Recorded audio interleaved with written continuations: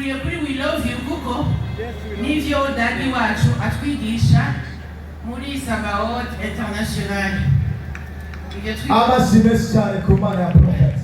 Ibyo yatwigishije nari kuvuga ngo ntangure kuri shalom. Ibyo murabizi. Ibyo mutazi n'ikindi ako ka we love you. Urukundo adukunda, urukundo tumukunda. Uno musinje ngahanye ngo mvuge byinshi birengeje, ariko ndashimira Imana rabo. Ndashimira Imana y'umuvyeyi wacu ya Prophet of Jesus Joshua. Nukuri mpagarengaha munsi y'aya mavuta shimira cyane Imana kuvyo yankoreye kuva ntanguye kuza muri uru rushengero. Naje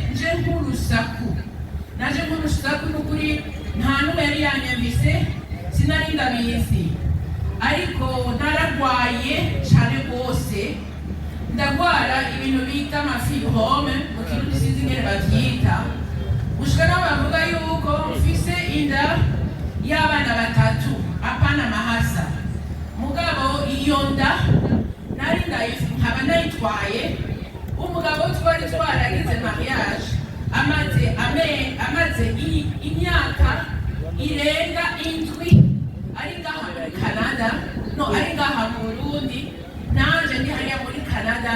Naragerageje ibintu byose kugira ngo ashobore kunsangayo, ntiyashobora kunsangayo kubera ibintu by'amaviza bigoye.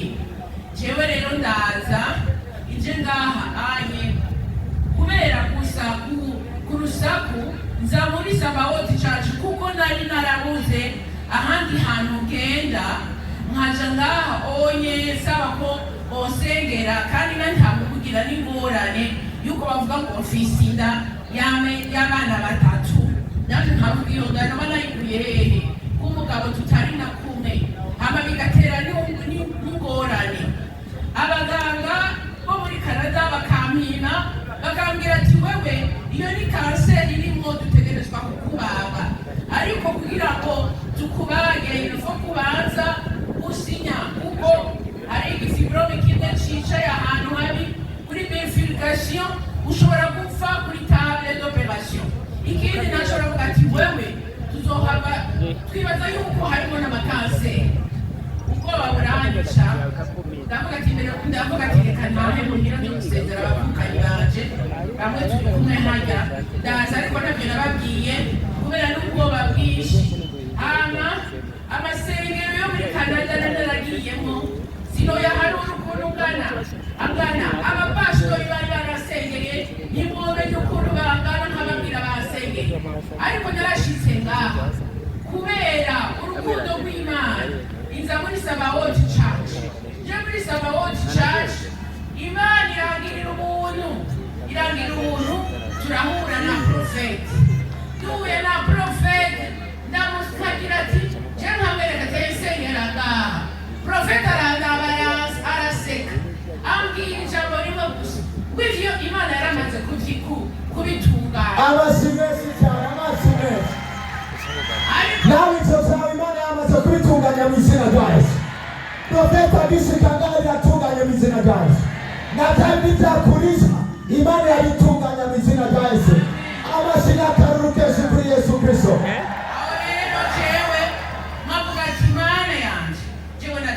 Jewe nashaka yuko mu sengera ibintu byo iyi operation bazongira ya mafibrome nukuri ibiza bigende neza. Agaca ndaba gatonye akihorera, yambwiye yacu ijambo rimwe gusa, ambwira ati wewe umwaka uza uzogenda kuri aeroport yo muri Canada, uzokwakira umuntu kandi uzoshima n'Imana izokwereka sinye utazopfa wibagiye mu buzima bwawe.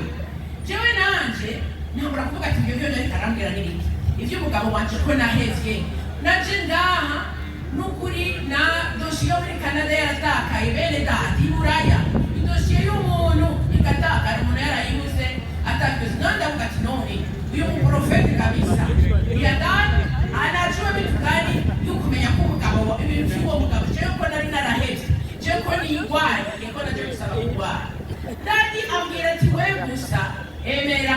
ngiye kubona hanyuma arasengera ndasubira muri Canada kandi uko yabivuze niko vyagenze operation iragenda neza ndakira ndi muri operation nkirwaye ndamwandikira ndari namubwira ati bariko barandungika ku oncologue umuntu w'amakanseri ndandi arambuza ati wowe nta kanseri ufise ntujeyo kandi sinagiye kandi gushika n'uno munsi nta kanseri bigeze bantora amafibrome yarakize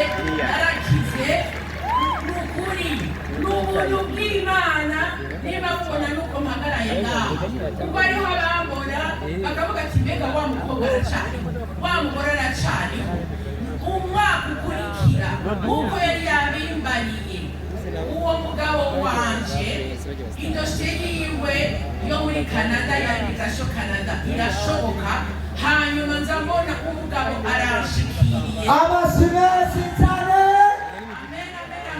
mukoma amashyi y'abantu biteze igitanga amashyi y'umuntu biteze igitangaza mu izina rya Yesu Kristo. Tuzi mbere y'uko muvugishwa tukaza dufise amaporogaramu ivyo dushaka kubaza mugabo nukureka tukamuha nawe Imana ikamwumviriza ikamubwira ivyo ishaka shishaka kuba muremure cane kubandanya byinshi mugabo nashaka ndababwire kuva ubwo bishikirwa naciye mvuga ati jewe ndikonekise kuri ubu buvugisho je me connecte kuri aya mavuta iyi shengero ndayigiyemo ndayikonekisemo kuko ndabona ko hari urusengero ugendamo bakagusengera kandi ukabona na produit ukabona ibisohotsemo wewe ahandi nawe ukagenda ari aleluya ntubone n'ikintu na kimwe jewe naciye nikonekita kuri dadi ndavuga ati jewe ndagumye hasi bisubira kugenda ahandi hantu bene data Imana iravuga ati ko wikonekise ngaha reka ndakwereke ibyo utari bwabone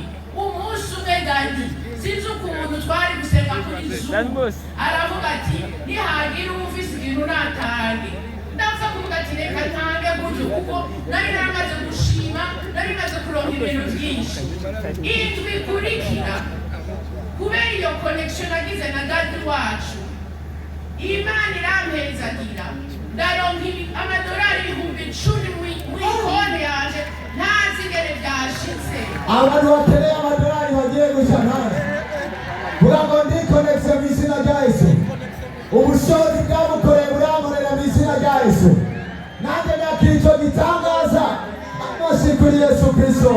Mama nibiye jambo ubwira abantu baje ngaho bagwaye wewe muntu urwaye niwizere gusa wewe niba avuga ati urwaye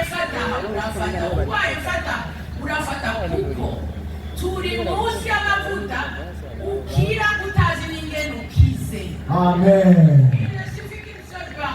Kugira ngo umuntu wese akire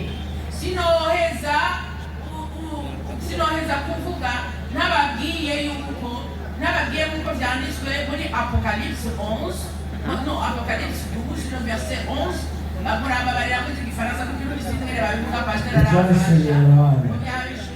bavuga ati ils l'ont vaincu par la parole de leur bouche. Ati bamunesheje ijambo ryo gushinga intayi kwabo. Uyu nayi yanje rero ndiko ndatanga ni victoire ndiko ndagira abadayimoniye down nabaze kuba nawe ngira gusaba ngo down vuga ngo hasi amase kuri Kristo Yesu. Niba ni badayimoni bagute abana zo mu muryango wacu n'ibindi byose bagara ndi munsi y'iki gicu ndi munsi y'ubu buvugishwa bwa dadi nzi na force na puissance afise kuko muri Apocalypse 12 verset itangurira bavuga ati voici le pouvoir et la puissance est arrivé. Nukuri ndabihamya le pouvoir et la puissance est arrivé.